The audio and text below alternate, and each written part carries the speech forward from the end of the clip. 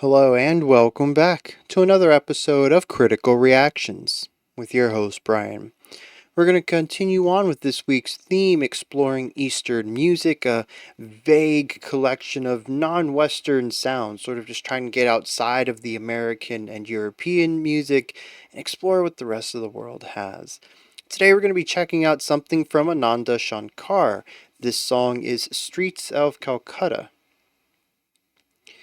This is going to be a live performance from the Walking On album. Not sure what's going on there.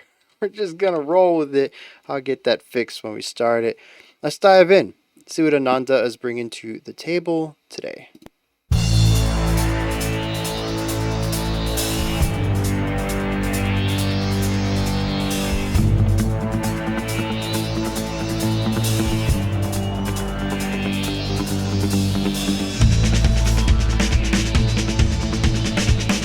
I like that warping and bending in the backgrounds.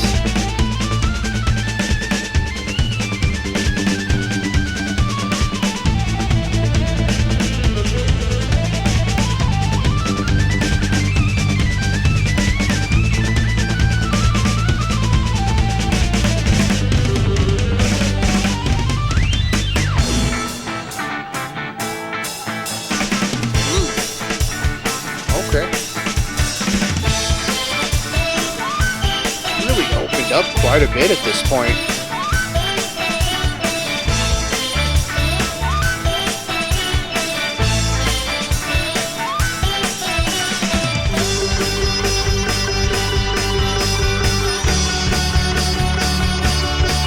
Interesting timbre layering as well, the note choices here, or sorry, the tone choices.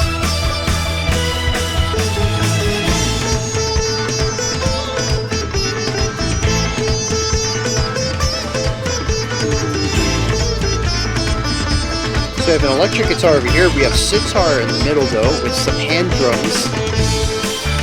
We do have a drum kit off to the side. Something that sounds like a flute over here every once in a while.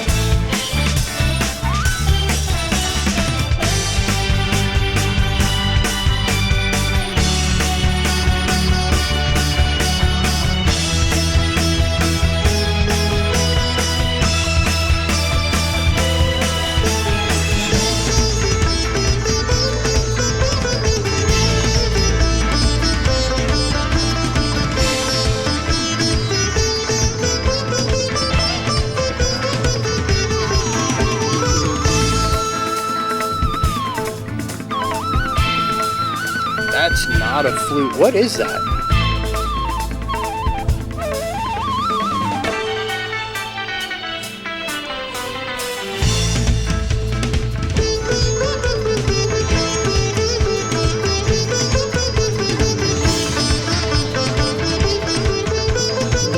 I love how busy all of this sounds too.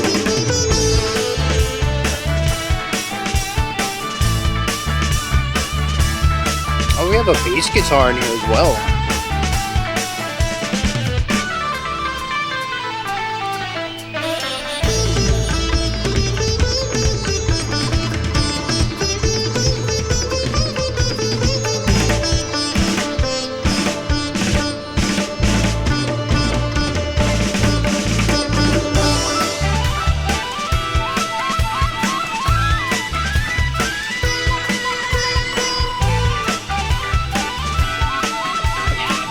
Back and forth on these two woodwinds is fantastic.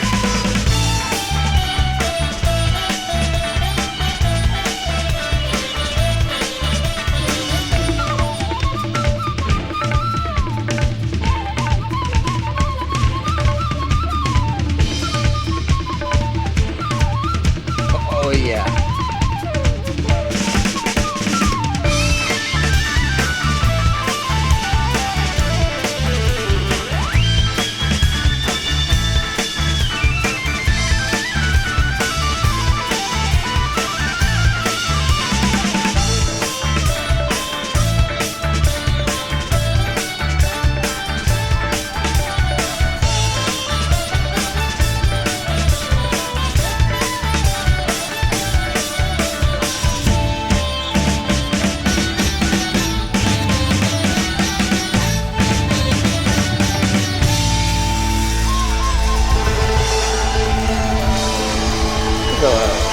4 there to wrap that up after an entire song of 4/4. Interesting.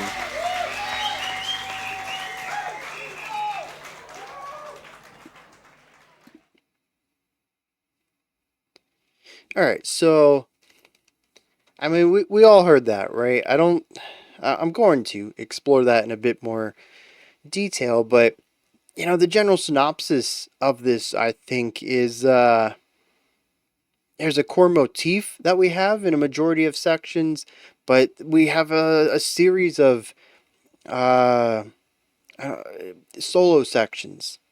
I don't want to put any adjective on that yet. They're just solo sections. Where instruments just kind of get a chance to sit in the spotlight with a greatly stripped down foundation around them. Pretty pretty typical to jazz and probably a lot of jam style music, where you might have a larger orchestration for your core motif or theme, but you kind of strip it down a little bit for your solo sections. We see plenty of that in here. My big question though on this is how much is improvised. We've listened to, I think this is music from India. You guys can let me know. We've listened to music though from this area, this country before. And I've kind of picked up from both what I've understood from the music and from having conversation with some of you in the comment sections, and over on the Discord server, is that improvisation is kind of a big part um, of the music, of the culture. And I want to know how much of this is improvised. Because here's the thing, right? This is what really trips me up. Because if there was less of this, I'd be like, yeah, this could all be improvised. But there's a lot of sections where multiple instruments line up in very cool ways, which makes me think it's pre-composed. And in those moments, it just kind of blows my mind. If that is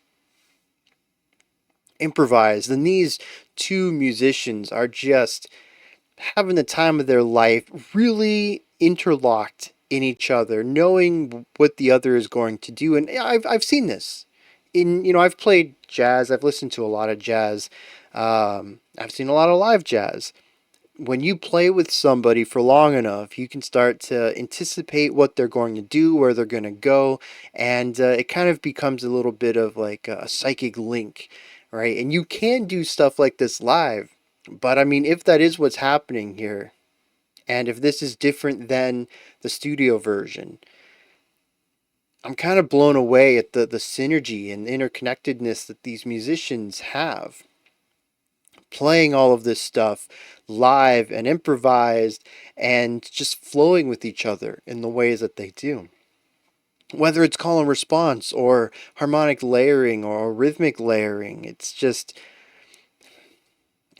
wild. Now, granted, we do have a lot of harmonic layering in the motif area where two instruments will play the same thing or maybe play harmonized with each other. That part I'm pretty sure is pre-composed. That's more of the A section, the motif or the theme of the song. I'm talking specifically in the lengthy exploratory segments, usually where the layers get dropped down a bit and we're focusing on just one or two instruments in the spotlight. Those are the moments that I'm kind of confused if that's pre-composed or not. Or I guess not really confused, I just can't tell from the single performance here. It really could go either way. One way is going to be really, well, actually, they're both going to be impressive in their own rights because the song sounds great. If this is something that they wrote beforehand, yeah, dude, that's awesome. Whoever wrote it is really, I would guess Ananda Shankar. Would that be the composer? That would just be fantastic. But, if it is improvised, that is a different kind of of me being impressed with them on just a different wavelength, equal, I think, but different. So, yeah, that's the thing that stands out to me here is this improvised? The other thing that really stands out to me on this is the instrumentation. this walks the fine line between folk and modern. It has a sitar in it. We have some other acoustic instrumentation that I'm not aware of what it is in particular. There's also the aerophones, which kind of sounded to me like flutes at the beginning, but towards the end of the song, when they got a little bit more spotlight in the mix, they felt very not flute-like. It lost that metallic element and felt a bit airier and woodier.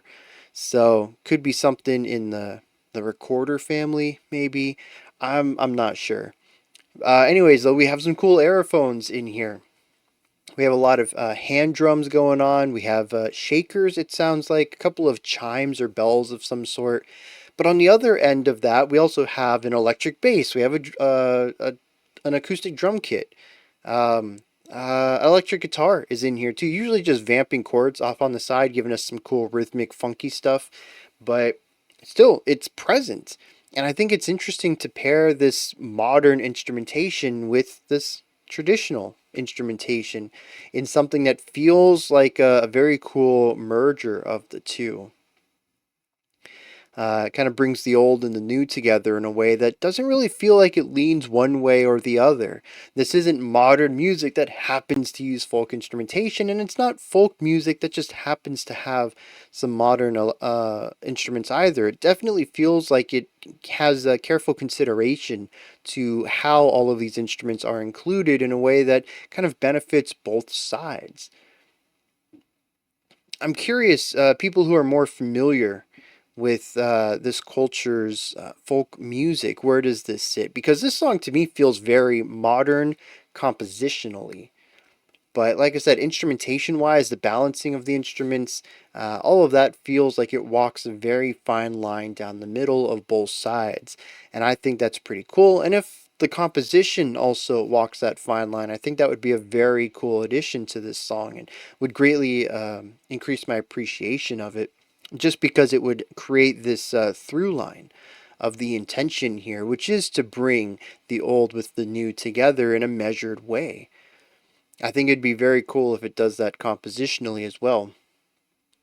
But like I said, compositionally, this feels very modern to me, and it's probably because of the electronic instrumentation and how a lot of that fits into a rhythm section, particularly with the jazz focus, and the composition also feels very jazzy to me as well. Um, Primarily focusing on the use of theme and solo sections, which I know isn't, as I mentioned earlier, exclusively a jazz thing. But that is my closest, node for this type of music. My closest relationship would be jazz on this. And that's why I'm kind of curious, people who are more uh, exposed or experienced to this type of music, um, in the traditional sense, how close is this to some of the folk music of the area? Because I just don't have experience with that to know. But from a compositional standpoint, I love how everything works and is intertwined in here. It isn't just, I mean, the theme is very busy, right? Our A section is very layered. We have a lot of rhythmic ideas going on in here. We have call and response. We have texture layering where the sitar and something else, I don't remember, they're playing the exact same line. I think the exact same pitch. Either that or it was an octave apart. Um, but really, the core here is the two instruments playing together and the sound of their unique timbres mixing. Um, like I mentioned, off on the left side, there's an electric guitar just kind of playing chords, chunk, chunk, dun, dun, dun, dun, and just kind of creating this rhythmic syncopation along with the chords. We have wild walking bassline stuff in the center channel. The drums are giving us a ton of energy, particularly with hi-hat and snare ideas. I mean, just rhythm sections, just really creating a strong sense of groove and syncopation and presenting the chordal information we need to build on top of that. And on top of that, we have all of these different melodies, the call and response, just everything is built on top of that. But I think what really stands out to me on this one is the ornamentation, all of the little things that pop up here and there. I mean, that one time I was pointing to what I incorrectly, I think, called a flute at the time. And I was like, hey, it pops up, at the last quarter of a phrase. And I was like, yeah, there it is again. It's just like a little four-note lick there that shows up every couple of bars or something like that. But that's not the only instrument. There's so many instruments that pop up only at this point in the phrase, or maybe it's this point every other phrase or every other repetition of the phrase. And it just creates something that feels very lively and dynamic, where the core idea, what's sitting at the center, the foundation from the rhythm section, and the melody that sits on top of that is kind of static in a way, but everything that's happening around it is bouncy. You'll hear something over there, and then something over there, and two things over there, and then a split idea here, and it's just, it feels very human and very involved in a way that is very chaotic in a lot of ways, but they bring it together somehow in a format that feels cohesive. And I really love that. And like I said, we have our solo sections that sort of oppose this, where we strip a lot of the superfluous elements out. We just have the groove, the rhythm, the chord progression, and then we put solos on top of that. But the solos aren't boring either. As I talked about at the beginning, there's so many cool ideas in here. Call and response, just two instruments having a conversation, or some intricate counterpoint stuff going on that honestly I don't know how it could be improvised, but if it is, I'm blown away by it. But it makes sure that the song feels like it's always pushing forward. Which, bringing it back to jazz, sometimes solo sections don't feel like that for me. I mean, it really depends on the player and if they're off their game that night or something. There's lots of ways that can influence if a solo sounds good, subjectively. But here, I mean, everything just clicks. Everything's just always working. And I think the other impressive part, too, is that the song feels cohesive. Sometimes solos can be a bit of a personal thing, where, yeah, we did our A section, we played the main hook, but now it's my time to tell you my story. And so I'm going to play it over the chord progression of the song, sure, but maybe it doesn't have as much to do with that A section as somebody else would. Maybe they would incorporate a core element of the theme. Maybe they would create a variation on the core melody in order to introduce their story and ways of connecting your solo into the larger song. Not everybody can or wants to or always does that, though. Sometimes you can just make something very unique to you. That's not what happens here. Every single solo feels like it could be a pre-written lead melody for this song, just because everything clicks and works in a way. It's really impressive that all of this comes together, because I still think a lot of it is improvised, given my relationship to this sound and my understanding of this culture's typical writing process. I could be wrong on this, but regardless, the song feels very connected. Every bit of it feels like it's continuing the story of what came prior to that. And I think a lot of that is because of what it is to me. I think even without the title, which I'm sure has steered my bias a little bit, this feels like walking down a lively city street. The bustling of the city, all of the people around you, hearing this conversation over there, and this shopkeep yelling about their sales over here, and the cars driving by, and just the noise and the hustle of being in a city. It's all the city, right? Um, but there's these individual stories within the city. You can walk a few blocks and you're still surrounded by large buildings and shops everywhere and whatever. But the people, the small details are constantly changing, and that's what happens in this song. The foundation is the same throughout. The melodies very similar throughout, but the ornamental ideas, the solos that we get along the way, these are little personal stories within this larger framework. It's really impressive how it captures the high energy, isolated world within a larger complex that is kind of a strange abstract description of a city, but it does so wildly accurate, with very vivid detail. I picked up on this real quick. I mean, it was probably only 50, 60 seconds into the track, and I was like, this is going to be a topic I have to bring up, is how this makes me feel like I'm in an active, busy city. Um, and it's just, it never let go of that. And I think part of the cohesiveness of the solo sections is in order to create this vibe. You never really get too distant from that. And part of, all the layers, all the different instruments coming in, especially on the A section, it feels busy, and the ideas jumping around all over the place, little flourishes here and there. Yeah, I mean, that's exactly the image and the vibe I get from this track, and it's so effortless. And I think that's why I kind of have a smile on my face throughout a lot of this discussion here, is because not only is this a solid track, even without any sort of theme or narrative or visual that I applied to it, I still really enjoyed the song for its musical complexities, for the performative side of it, just the general groove of it. It is fun to listen to, and it is extremely competently composed. Whether that composition is all pre-composed or done on the fly with improv parts, it is just a wonder to listen to. I love every bit of it.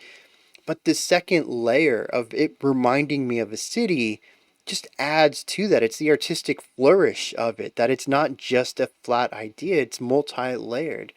And, maybe other people are going to hear and be like, nah, dude, it doesn't sound anything like a city. That's perfectly fine, man.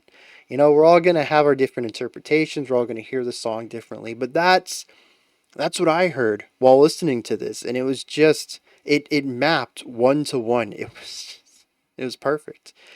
Um, and I really enjoy this on every level, the pure musical, but also the abstract thematic level. There's no lyrics, so we're going to wrap this up. Those are my thoughts on Ananda Shankar's Streets of Calcutta. What did you think of this song? Is there anything that stood out to you? Anything that you would like to add on to what I said or correct me on? Maybe you have your own interpretation or opinion on this track. Put any of those thoughts and anything else you might have down in the comments section underneath the video. Above that, in the description box, you'll find a link to Linktree. Takes you here. You can find links to my music, ways to support the channel, a link to the Discord server, and so much more. Above that, if you could, like, subscribe, and ring the bell. I greatly appreciate all three of those. Alright, that wraps it up for today, but I'll be back tomorrow, 5 p.m. Eastern Standard Time, 10 p.m. UTC, as usual. Until next time, remember to be critical, not cynical, of the music you listen to, and have a fantastic morning, afternoon, or evening, whenever you choose to watch my videos.